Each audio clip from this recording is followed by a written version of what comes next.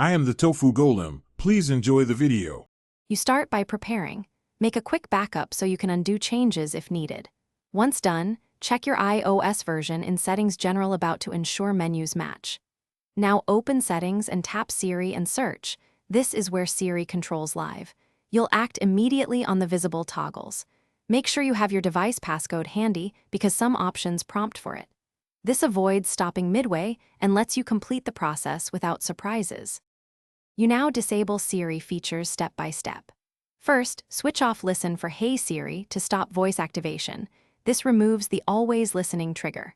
Next, toggle off Press Side button for Siri or Home button on older devices so the hardware won't summon it.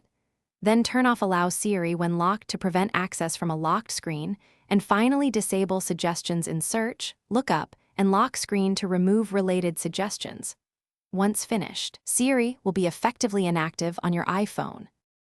Finish by removing Siri data and reviewing automations. You should toggle off Siri and dictation.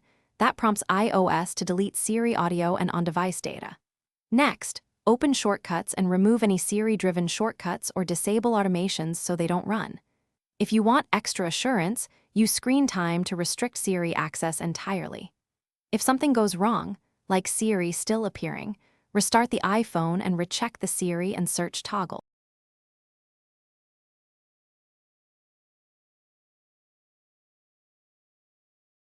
Thanks for watching. Consider subscribing if we helped you today.